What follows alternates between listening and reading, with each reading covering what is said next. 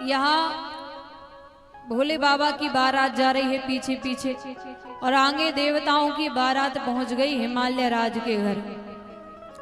हिमालय राज के घर देवताओं की बारात पहुंची तो स्वागत के लिए जैसे बड़े बुजुर्ग खड़े होते हैं, अगवान खड़े होते हैं, वैसे ही हिमालय राज के घर अगवान खड़े हैं बारात का स्वागत करने के लिए। यहाँ देवताओं की बारात पहुंची हिमालय राज के घर, तो जो अगवान होते हैं वो स्वागत के लिए आए और मैना मैया आरती की थाल लेकर दरवाजे पे खड़ी हैं। यहाँ सबसे पहले ब्रह्मा जी आए। ब्रह्मा जी को देखकर मैना मैया बोली,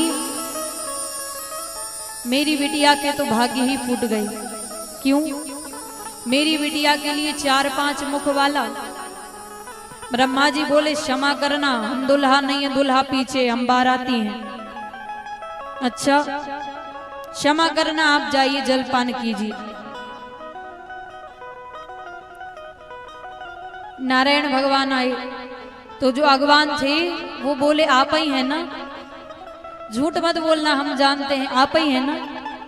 नारायण भगवान बोले, कौन है? बोले, दुल्हा आप ही है ना। अरे बोले, नहीं, दुल्हा पीछे, हम तो बाराती हैं। इंद्रदेव आए तो वो तो हाथी पे बैठ के आते हैं। अगवान बोले, आप ही है ना। बोले, नहीं, हम बाराती हैं, दुल्हा पीछे है। अच्छा, अब जितने भी अगवान थे सब नाचने लगे, खूब नाच रहे हैं। ब्रह्मा जी बोले, नाच क्यों रहे हो, क्यों नाच रहे हो? बोले, हम सोच रहे हैं जब बाराती इतने सुंदर हैं, दुल्हा कितना सुंदर होगा, इसलिए नाच रहे हैं। तो बोले, ब्रह्मा जी बोले, नाच लो बेटा, नाच लो। क्यों? अभी जितना नाचना है नाच लो। गाए कि जब दुल्हा आएगा तो नाचोगे नहीं, भागोगे, इसलिए अभी जितना नाचना है नाच लो।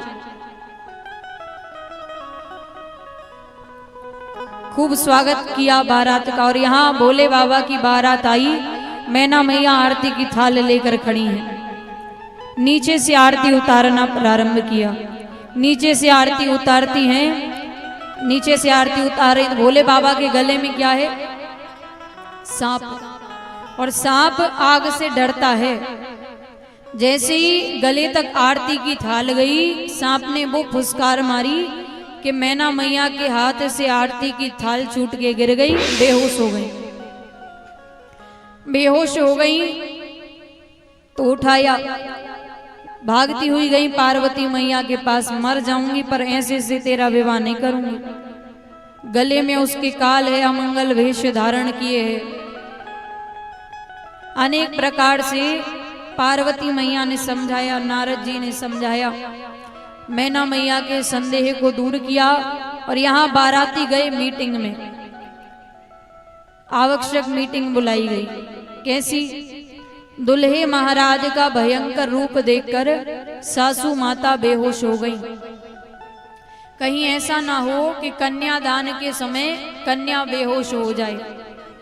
अपना क्या है, हमसे तो लोग यही पूछेंगे, विवाह में गए थे, क्या प्रसादी हुई, क्या जलपान हुआ। एक काम करो, विवाह होगा जब होता रहेगा, पहले पंगति कराओ।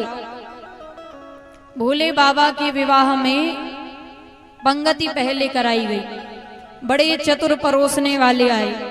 अब एक परोसने वाला ना आगे जाए ना पीछे जाए, एक ही जगह खड़ा रहे से देखे।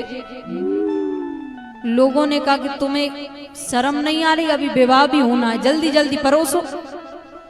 तो उसने कहा, तुम बड़े होशियार, तुम ही परोसो। क्या देखा? को मुखहीन, एक ऐसे बाराती बैठे जिनके मुख ही नहीं है। अब वो बेचारा पत्तल लिए खड़ा कि मैं पत्तल कहाँ रखूं, मुंह को हो तो आगे पीछे का डिसाइड हो। तो बाराती के अंदर से आवाज आई कि इससे तुम्हें क्या मतलब। तो बोले कि तुम तो परोसते जाओ, इनकी तरफ देखो ही मत। फिर आगे बढ़ा, फिर रुक गया, अब क्या हुआ? अब एक ऐसे बाराती बैठे हैं विपुल मुख काहू, जिनके मुख ही मुख हैं। इधर कितनी पत्तल परोसे, जैसे तैसे बारातियों को भोजन कराया गया, भोले बाबा को भोजन कराया गया। मंडप के नीचे आई खवासन, बोली बाबा नेक दो। भोले बाबा बोले नेक चाहिए।